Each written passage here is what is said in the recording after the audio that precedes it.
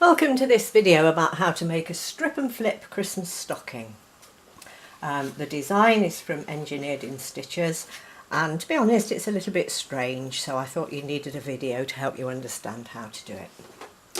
I've already started. I've got the design loaded up and I've stitched the first colour onto some tearaway stabiliser.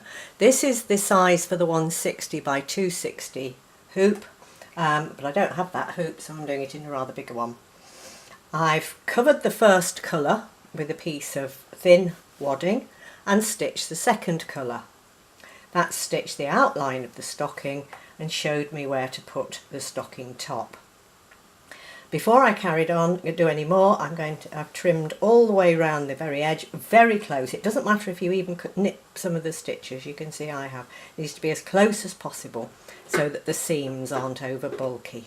Then the next step is to cover that rectangular shape with a piece of plain fabric. I'm using fleece because it's nice for a stocking top.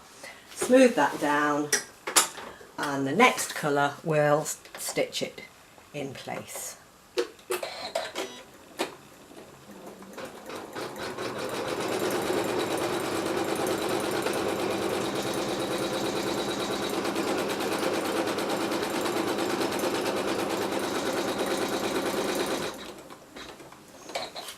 There we go.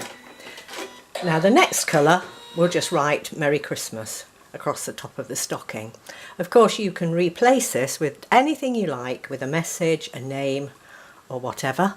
I'm going to set that off to stitch and then I'm going to stop recording. I'll come back in a minute.